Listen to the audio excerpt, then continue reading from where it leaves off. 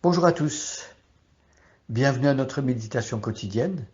Alors aujourd'hui nous continuons cette méditation dans le psaume 34, un psaume magnifique, un psaume de David. David, l'auteur de plusieurs psaumes dans le recueil des psaumes, et celui-là est particulièrement touchant et prenant. David raconte comme un témoignage, il veut dire à qui veut l'entendre combien Dieu est digne de louange, combien il est élevé et à quel point sa délivrance est extraordinaire. David a été délivré alors qu'il était devant une personne qui en voulait à sa vie. Dieu a permis que David parte libre devant ce roi qui aurait pu le faire mourir. Et David est tellement rempli de reconnaissance qu'il compose ce psaume. David dit dans ce psaume qu'il est fier de Dieu et il veut partager son expérience pour que nous apprenions à être fiers de lui. Et hier, nous avons vu que David nous a parlé de la crainte de l'Éternel. Il a exhorté et encouragé ceux qui ont appris à découvrir les délivrances de Dieu à faire confiance à Dieu et à découvrir ce que ça veut dire le respecter et le révérer. Je vais lire à partir du verset 8 et aujourd'hui on va se concentrer sur le verset 12. Donc je lis le verset 8 du psaume 34. Si vous avez une Bible, prenez votre Bible et suivez avec moi. L'ange de l'Éternel campe autour de ceux qui le craignent et les délivre. Goûtez et constatez que le Seigneur est bon. Oui, heureux l'homme qui trouve son refuge en lui. Craignez donc l'Éternel, vous membres de son peuple saint, car pour ceux qui le craignent, il n'y a pas de manque.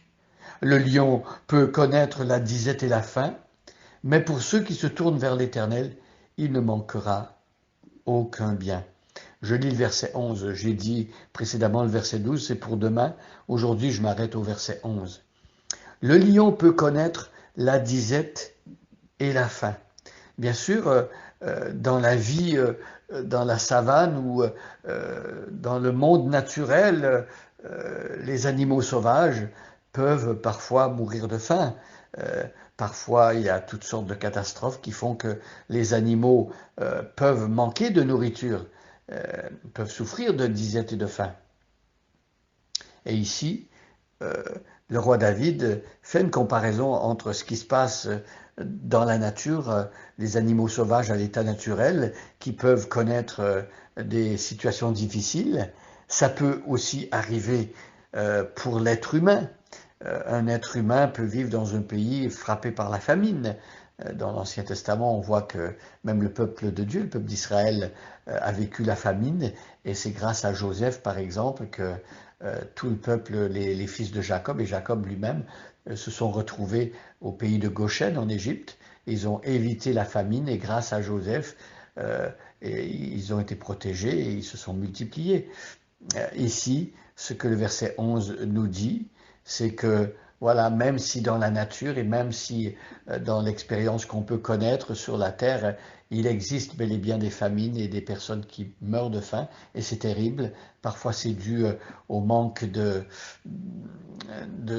générosité des uns et des autres. Parfois, c'est parce qu'on n'a pas fait attention à l'écologie.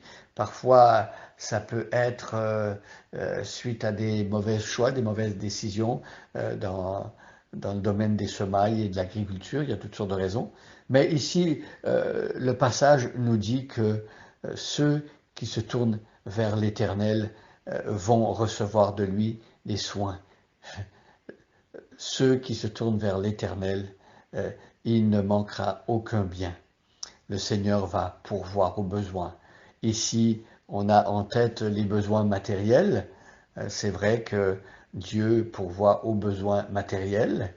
Dans la Nouvelle Alliance, les bénédictions de Dieu, même si elles sont encore matérielles et que lorsqu'on traverse des difficultés, on peut faire appel à Dieu pour des besoins matériels, on peut prier dans ce sens-là, mais l'apôtre Paul nous fait comprendre que les bénédictions à rechercher dans la Nouvelle Alliance Ce sont des bénédictions spirituelles. Éphésiens nous dit que béni soit Dieu, le Père de notre Seigneur Jésus-Christ, qui nous a bénis de toutes sortes de bénédictions spirituelles dans les lieux célestes en Christ.